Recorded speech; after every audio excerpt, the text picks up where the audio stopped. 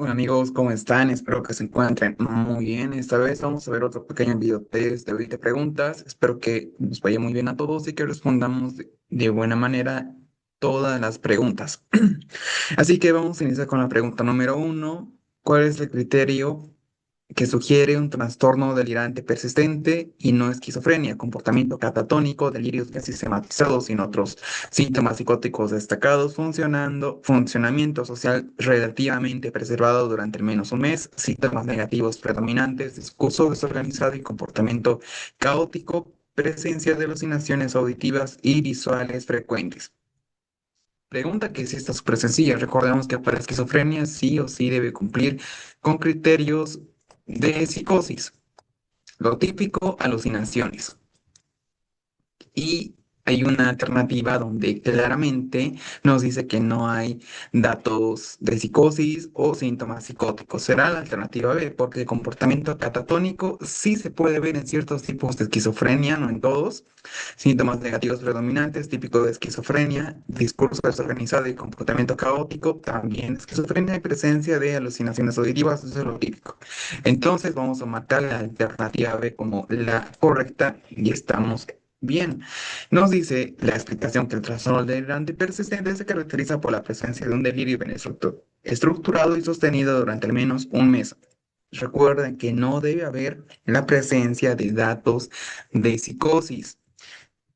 Eso es importante porque en el ENACOM nos dan una pregunta sumamente larga donde podemos estar casi seguros que se trata de un trastorno delirante persistente. Pero si tenemos algún rasgo de alucinaciones auditivas o visuales, o datos como discurso desorganizado, ya podemos determinar que no cumple con el criterio diagnóstico de ese trastorno, incluso por la duración, un mes. Así que tengan cuidado con este tipo de preguntas porque sí, a pesar de que son relativamente fáciles, se nos complica. Pregunta número 2. Un criterio de la DSM-5 para trastorno del aprendizaje es que las dificultades persistan al menos 6 meses a pesar de intervenciones, 2 semanas, un año hasta la universidad o 3 meses. Sencillo. Para trastorno del aprendizaje, recordemos que para que exista un trastorno en sí, debe ser algo complicado, debe ser grave. ¿Y eso a qué se refiere? Que a pesar de algunas intervenciones o a pesar del tratamiento que podamos dar, el tratamiento inicial, entonces aún persista. Que sea persistente, que sea grave, que sea refractario, todos estos sinónimos nos dicen que es la alternativa a 6 meses a pasar intervenciones, porque 2 semanas, un año, muy poco tiempo, hasta la universidad, 3 meses por el tiempo, sin que nos diga nada más, podemos pensar, podemos sospechar, podemos llegar a ello. Pero acá la clave es que nos diga a pesar de intervenciones. Vean cómo esas palabras lo cambian todo la perspectiva del enunciado. Entonces vamos a marcar la alternativa A como correcta y según los criterios que son varios, pero son relativamente sencillos, no son complicados, simplemente se van en la gravedad de ese trastorno del aprendizaje, pero lo regular es que sea 6 meses con esto, con, con, con la gravedad, con que sea persistente, refractario. Entonces, es que otros criterios también será que hay que diferenciar un trastorno real de dificultades transitorias. Por eso también el tiempo es relativamente importante, pero vuelvo a explicarles el hecho de que sea persistente más que para un trastorno de aprendizaje nos sirve para muchos otros trastornos más, igual que de lenguaje, por ejemplo. Así que tengan cuidado con esos pequeños detalles. Pregunta 3. ¿Cuál es el mecanismo de la coagulopatía hepática en enfermedad hepática avanzada? Aumento de vitamina K, mejoría de la fibrinólisis, disminución de la síntesis de los factores de coagulación, hipersensibilidad a la trombina, incremento de plaquetas. Mecanismo de coagulopatía hepática, pero en enfermedad hepática avanzada. Aumento de vitamina K, no, más bien sería alteración de la vitamina K. Recordemos que el hígado se encarga de ¿qué? Toda la síntesis o toda la producción de los factores de coagulación. Entonces, habrá una alteración. Mejoría de la fibrinólisis, por el contrario, va a empeorar la fibrinólisis. Disminución de la síntesis de factores de coagulación sería lo correcto, pero tal vez como alteración, aunque disminución igual, puede estar bien la palabra. Hipersensibilidad a la trombina no tiene nada que ver con esto, incremento de plaquetas. Tendría que haber disminución de plaquetas, pero el que más se acerca será la alternativa C, justamente por las mismas funciones que cumple el hígado. Y tenemos que en la enfermedad hepática avanzada la capacidad de síntesis de proteínas plasmáticas del hígado disminuye o se altera al final, afectando la producción de todos los factores de coagulación, proteínas de coagulantes también. Esa reducción global genera prolongación del sistema de protrombina y del tiempo de tromboplastina parcial activada, reflejando una coagulopatía mixta. Además, la trombocitopenia secundaria al hiperesplenismo empeora la tendencia hemorrágica y contribuye al sangrado clínico. Por eso es que el incremento de plaquetas está mal, habría disminución. El tratamiento será con plasma fresco congelado, vitamina K. Aún así el tratamiento es muy complejo cuando ya es algo avanzado. Vamos con la pregunta número 4. Hombre de 50 años con alcoholismo crónico, consulta por dolor epigástrico, amilasa 500, lipasa 800. ¿Cuál es la causa más probable de su pancreatitis aguda? Hipercalcemia, litiasis biliar, alcoholismo crónico, hipertrigliceridemia, medicamentos. Pregunta típica de una con respecto a pancreatitis, pero acá debemos hacer un énfasis en el antecedente de alcoholismo crónico, por el hecho de que, si se dan cuenta, hipercalcemia, litiasis biliar, alcoholismo, hipertrigliceridemia, medicamentos como estatinas, todas son causas o factores de riesgo para pancreatitis. Entonces, debemos discernir entre ellas respecto a los antecedentes. Y acá el antecedente más importante es el que nos da el enunciado, que será alcoholismo crónico. Vamos a ver las alternativas y tenemos que la C es lo correcto justamente por el mismo antecedente. Ahora, aquí está muy explícito, pero nos pueden dar caso de un paciente que, no sé, un cuadro clínico súper largo, pero entre esas frases haya algo que nos diga que es bebedor.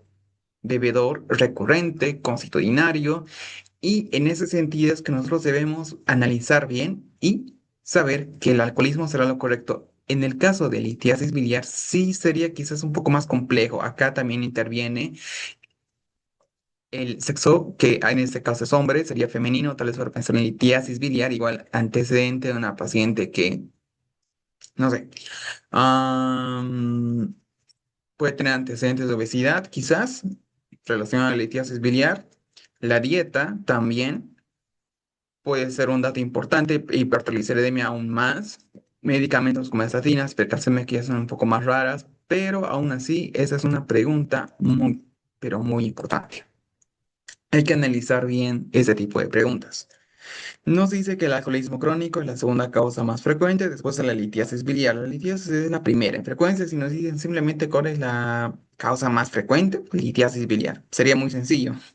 En un paciente con antecedente claro de consumo prolongado de alcohol y ausencia de cálculos biliares, si tuviera las dos causas, por ejemplo, antecedente de alcohol y tiene cálculos biliares, como primer causa siempre será la litiasis. Entonces, lo correcto sería marcar litiasis, pero igual sería muy complicada la pregunta.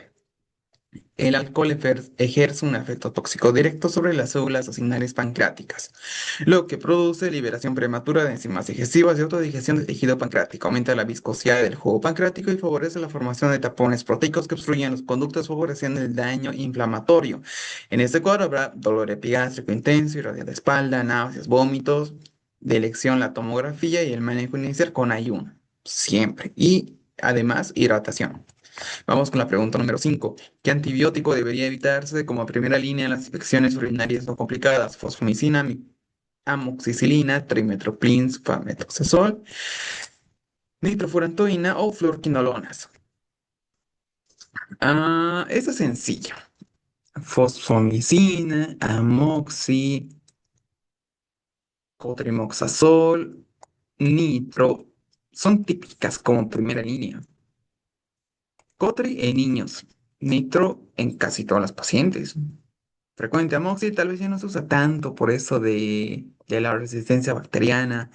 Fosfomicina, igual no es de los más usados. En otros países quizás sí sea muy usado, pero Las fluorquinolonas, ¿a qué es lo que no corresponde? Tienen muchos efectos adversos, además de ello usarla como primera línea para una infección urinaria no complicada es demasiado. Crearíamos a la larga resistencia bacteriana.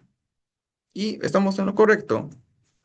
¿Por qué? Porque se asocia a mayor riesgo de resistencia bacteriana, que acá pienso que sería la clave, además de los efectos adversos, entre ellos tendinopatía, rotura del tendón, prolongación del QT, pero ya ese es un poco más raro. Lo típico o lo que se podría preguntar en el EUNACOM sería una paciente que por X o Z motivo está usando fluorquinolonas y después de unos días presentó una tendinopatía que posteriormente hubo rotura de tendón, una clínica de rotura de tendón. Entonces, ¿cuál medicamento podría estar asociado? Y fluorquinolonas. Puede ser una pregunta así, porque tenemos todos los factores de riesgo, toda la clínica, toda esa sospecha para pensar en ello. Y está muy relacionado, lo podemos asociar con ese tipo de preguntas. Súper importante. Vamos con la pregunta número 6. ¿Cuál es el tratamiento farmacológico inicial recomendado en insuficiencia cardíaca con fracción de eyección reducida? Insuficiencia cardíaca.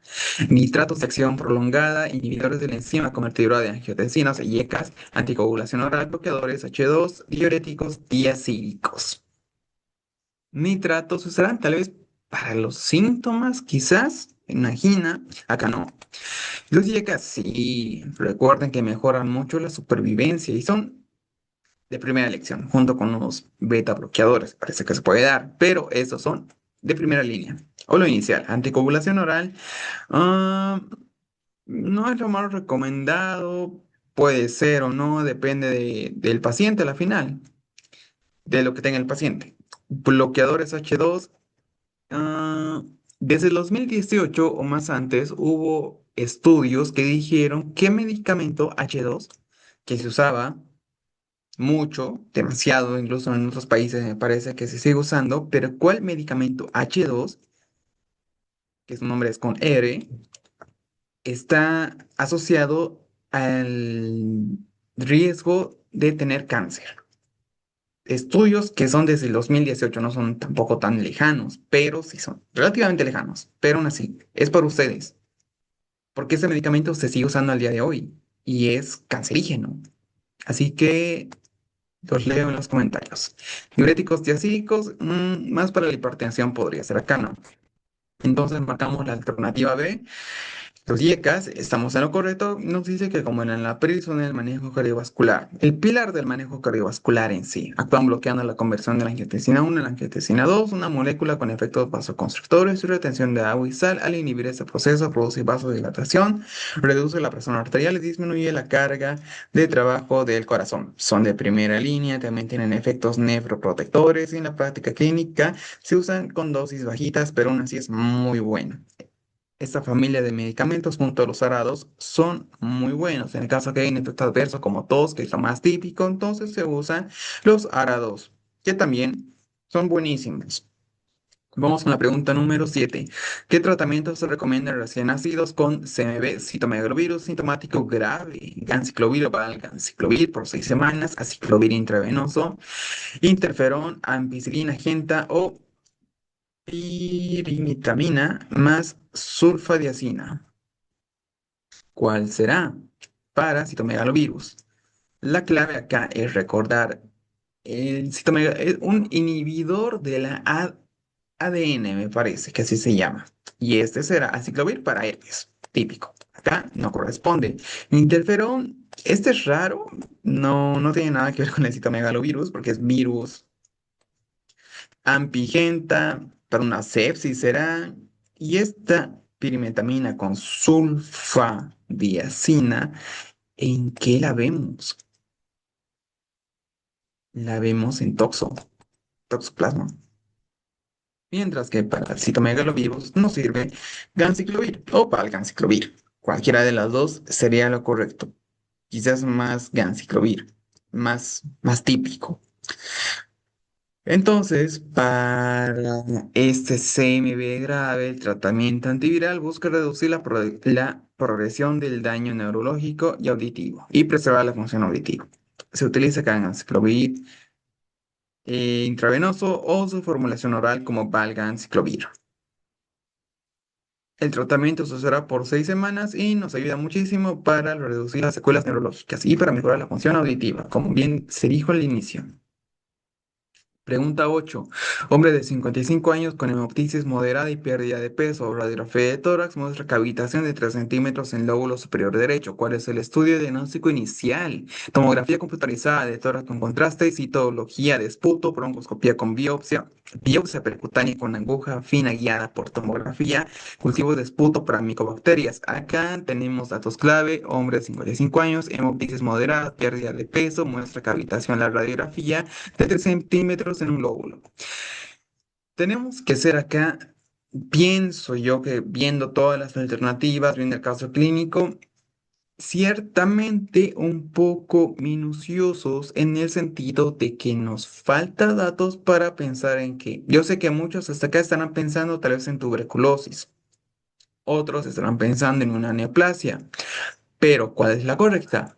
La que más se acerca es una neoplasia, por el hecho de que la tuberculosis, acá puede ser, tenemos una cavitación, pero recuerden, cavitación sí es muy típico de tuberculosis, de infecciones, pero también se ve de manera tal vez no tan, lo que no nos enseña típicamente en la universidad, pero sí se ve es en neoplasias.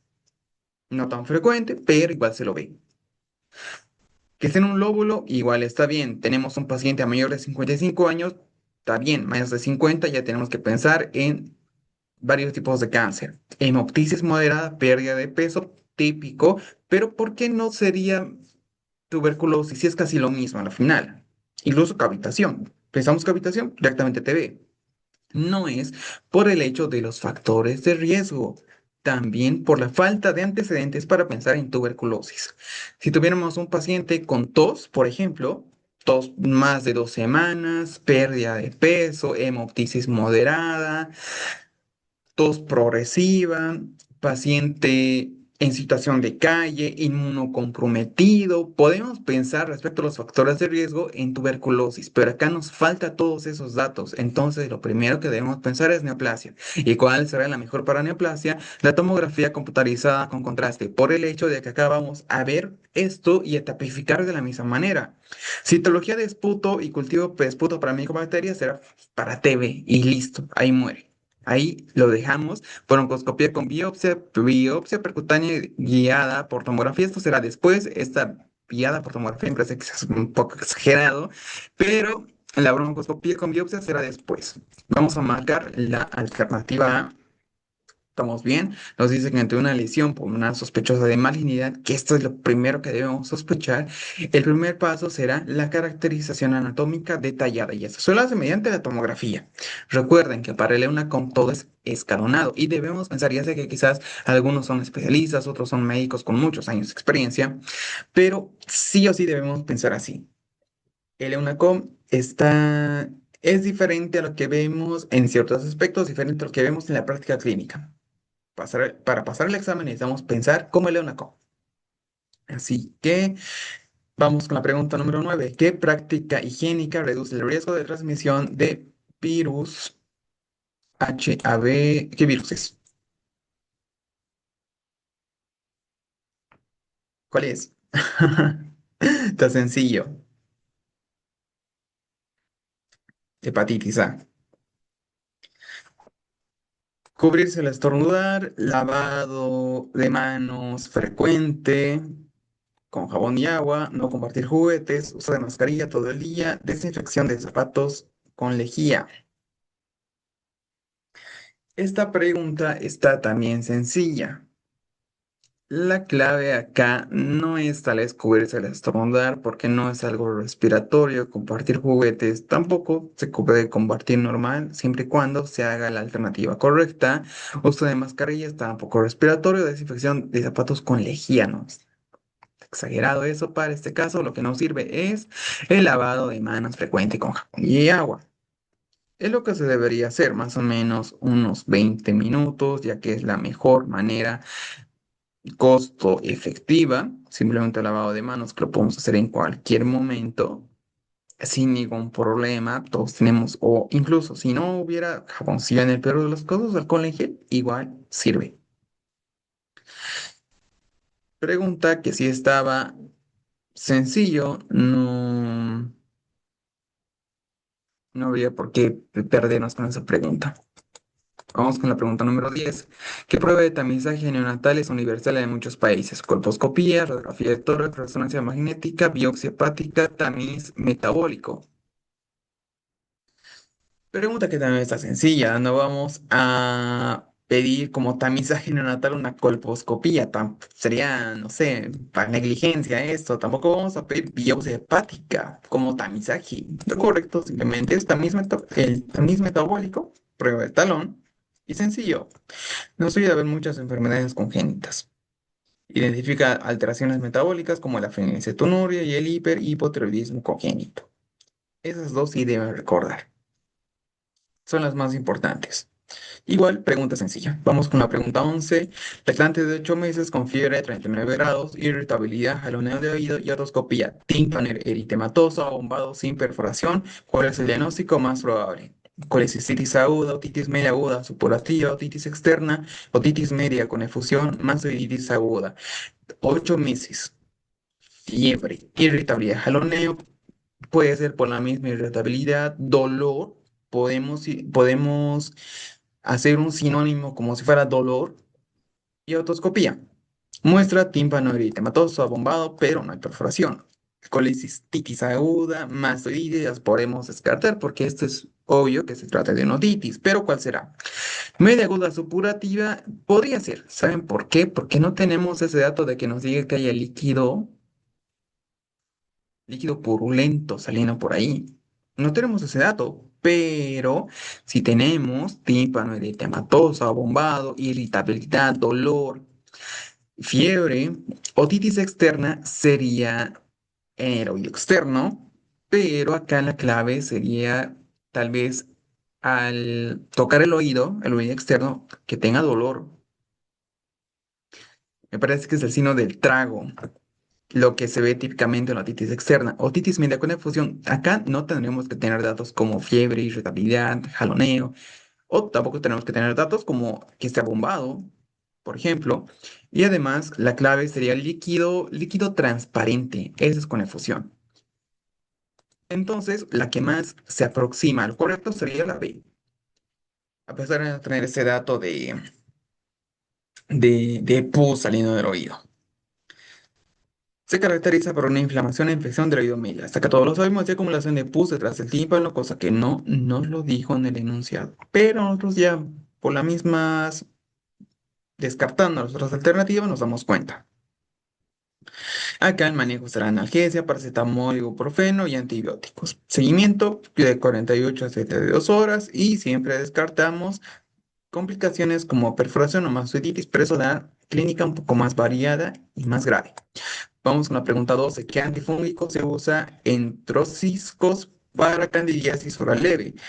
Voriconazol spray, fluconazol solución, cotrimazol para disolver en boca, nistatina crema, miconazol gel. A ver, esta pregunta que parece compleja por el hecho de que tenemos, no sé, fluconazol, cotrimazol, nistatina, miconazol. Acá debemos ver un dato importante. En trociscos, ¿qué será trociscos? Una palabra que simplemente quiere decir algo que se disuelve. ¿Dónde? En la boca. Siendo la alternativa correcta la C, simplemente por saber ese término, nada más. Si no sabemos el término, podemos estar pensando, ¿será fluconazol, nistatina? Pero incluso oral leve tendría que ser algo relacionado con la boca. Entonces vamos a marcar la C, clotrimazol, y estamos en lo correcto. Se usa en la mucosa bucal y se disuelve lentamente liberando el antifúngico local. Listo, sencillo. Vamos con la pregunta 13. ¿Qué tratamiento de soporte se emplea frecuentemente en síndromes mielodisplásicos con anemia sintomática? En estos casos, el problema es hematopoyético o se asocia a ese problema. pues el factor más importante para ver esta anemia en síndromes mielodisplásicos. ¿Cuál será entonces el tratamiento? Eritropoyetina, transfusiones de glóbulos rojos, plasmaféresis, vitamina B12 o dieta rica en hierro. La eritropoyetina estaría incorrecta porque esto solo se usa en pacientes seleccionados. No es lo típico. Como primera línea, tal vez no. Pero acá nos dice de soporte, así que aún menos. Pacientes seleccionados de la segunda línea, transfusiones con glóbulos rojos, esto sí. Primera línea de soporte típico. Plasmaféresis, que no es del todo usado, vitamina B12 oral, no tenemos datos, anemia megaloblástica, algo por el estilo, dieta rica en hierro, tampoco. Vamos a marcar entonces la alternativa B. Dieta rica en hierro en una mielodisplasia o en síndrome mielodisplásico no nos va a hacer mucho. Nos dice que esta transfusión de glóbulos rojos constituye el pilar de tratamiento de soporte en pacientes con síndromes mielodisplasicos que presentan anemia. Mejora de forma rápida la oxigenación tisular y reduce la fatiga y disnea asociada a la anemia. Además, mejora la calidad de vida y su uso prolongado se asocia a sobrecarga férrica con acumulación de hierro de los hospitales y entonces se recomienda un seguimiento con ferritina sérica. Además, se usará, si es que hubiera esta complicación, quelantes de hierro. Vamos con la pregunta número 14. Hombre de 50 años con disfagia progresiva de sólido a sólidos y pérdida de 3 kilos en 2 meses. La endoscopia muestra masa esofágica. ¿Cuál es el tipo histológico más frecuente de esófago? O sea, ya tenemos, de hecho, que nos dice acá cáncer de esófago, pero ¿cuál será el tipo histológico más frecuente? Carcinoma epidermoide, linfoma, adenocarcinoma, carcinoma de células pequeñas o leiomioma. De acá vamos para descartar primero. Leiomioma. Muy raro, en este caso, como cáncer de esófago, puede haber, pero sería demasiado raro. Células pequeñas, improbable.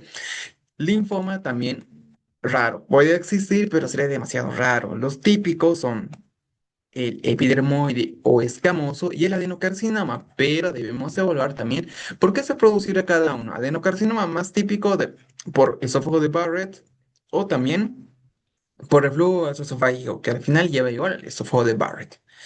Carcinoma epidermoide será este caso típico de los fumadores, pero no tenemos algún antecedente que nos haga pensar entre la A o la C. Simplemente nos da todo esto como datos muy generales y nos pregunta el tipo histológico más frecuente. Entre el adenocarcinoma y el epidermoide, el más frecuente es el epidermoide. Estamos en lo correcto, la explicación nos dice que a nivel mundial el escamoso es el más frecuente. Ahora, ojo, debemos tener cuidado acá, más que ver el más frecuente, debemos ver siempre los factores de riesgo o con lo que está asociado. Por ejemplo, acá nos dice que el subtipo que se asocia clásicamente a consumo crónico de tabaco y alcohol y suele asociarse en los 2 tercios superiores del esófago. El epidermoide predomina en Asia, África y Sudamérica, donde los factores de riesgo como el tabaco, alcohol y la ingesta de bebidas muy calientes son prevalentes. En contraste, el adenocarcinoma de esófago ha incrementado su incidencia en países occidentales debido al aumento del reflujo gastroesofágico crónico y esófago de Barrett. Esos dos datos son los más importantes para mí. Recuerden eso porque es típico ver ese tipo de preguntas, pero relacionado a esos dos antecedentes muy importantes. Entonces, para recordar está muy bien y para analizarlo también. Pregunta 15. ¿Qué maniobra clínica sugiere un aneurisma popliteo al examen físico? Hinchazón en la mano, signo de HOMAS positivo, roncos en la auscultación pulmonar, dolor de compresión del esófago, palpación de masa pulsátil de la fosa poplitea. Hinchazón en mano para aneurisma popliteo no tiene nada que ver, signo de HOMAS es en TBP la vimos, acá no. Roncos en la auscultación pulmonar anatómicamente no es esófago, anatómicamente tampoco es palpación y masa pulsátil en la fosa poplítea, sí, lo correcto, tanto por la misma clínica y también por la anatomía. La fosa poplitea es un signo característico de aneurisma de la arteria poplitea. Este es un hallazgo o este hallazgo se debe a la dilatación arterial que transmite pulsaciones sincrónicas en el latido cardíaco. Al palpar suavemente esta fosa con el paciente en decúbito sentado se percibe una masa expansiva y rítmica detrás de la rodilla. Si se comprime ligeramente la arteria femoral, la pulsación se atenúa, lo que confirma su origen arterial. La masa puede ser indolora, se acompaña de algunas molestias. Y su diagnóstico se confirma mediante ecografía Doppler. Pregunta buenísima para una call. Vamos con la 16. ¿Qué prueba neuropsicológica evalúa funciones ejecutivas en demencia? Test de Stroop, test de orden de letras en espejo, test de complementación de dígitos, prueba de recuerdo libre y test de copia de figura de Rey. Ya, esta sí está compleja, sí está algo compleja. Ah, figura de Rey, recuerdo libre y complementación de dígitos son para la memoria. Test de orden de letra en espejo y test Stroop. No, sí está compleja. Ah, una me parece que no soy seguro, no estoy muy seguro, pero una es para la percepción. Test Stroop o de orden de letras en espejo. Vamos a marcar este de orden de letras en espejo. Igual puede ser el de Stroop, una es de la percepción, más que ver esto de funciones ejecutivas, y era 3 Stroop. Evalúa la capacidad de inhibir respuestas automáticas y la atención, es para la atención. Ayer, en esos casos, cuando tengamos pruebas específicas de ciertas funciones ejecutivas, siempre debemos recordar las, no de manera compleja, tal vez demencia es Stroop. A algunos les funciona, a otros no. A otros tal vez nos sirva ver con palabras más sencillas, como por ejemplo, Stroop, atención, y la atención será en demencia, porque no ponen atención. Las otras son de memoria.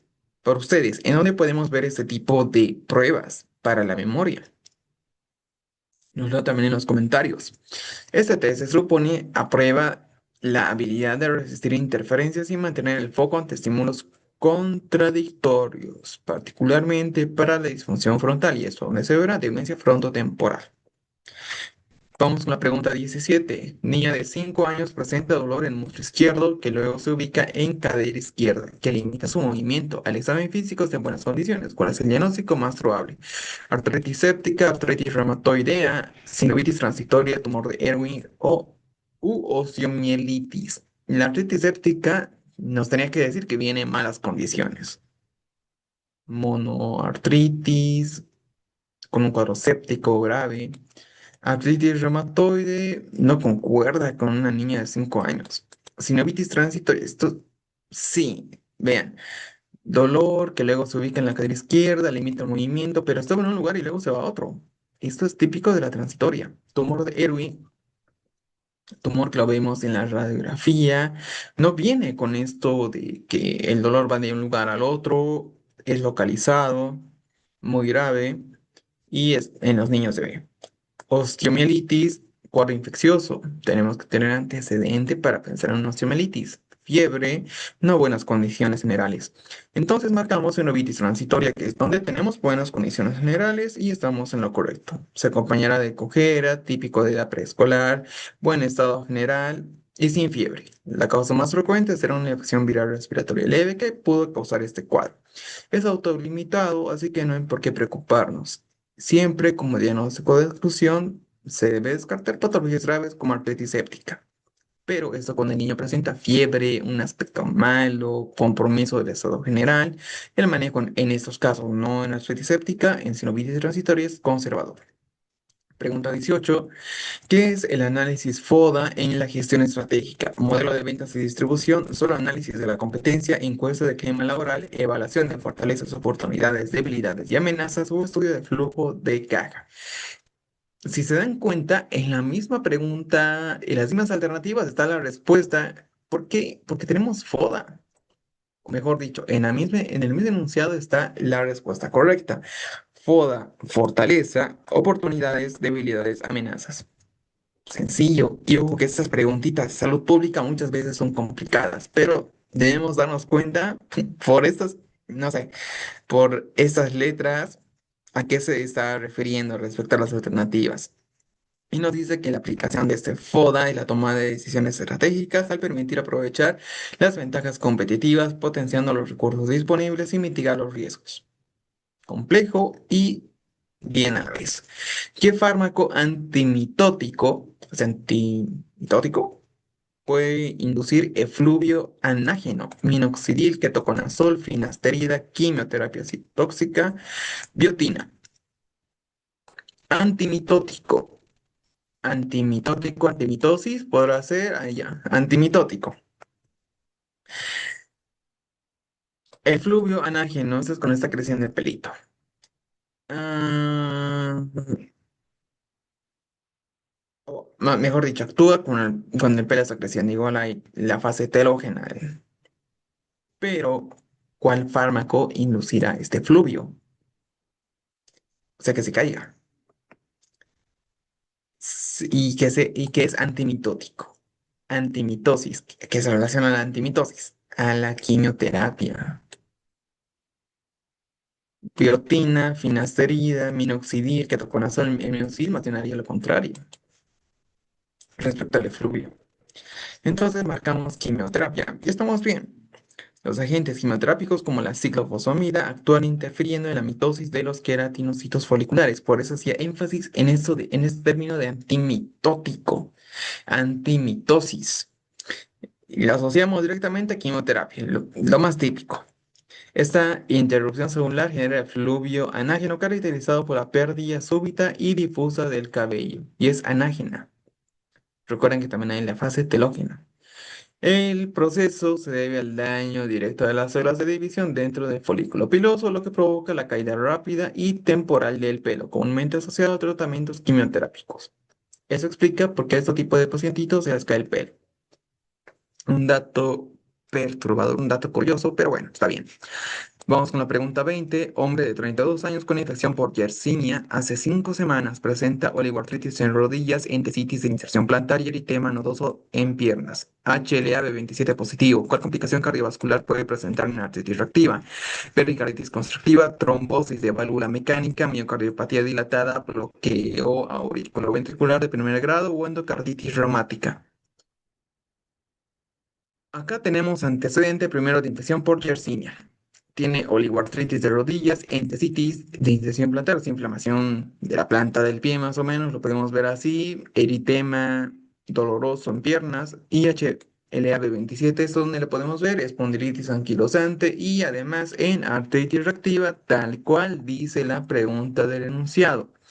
Pero esto se refiere a una complicación cardiovascular.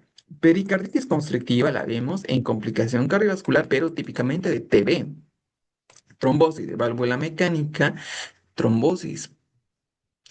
¿Será tal vez algo relacionado a la anticoagulación? ¿Va por ahí? Lo más típico.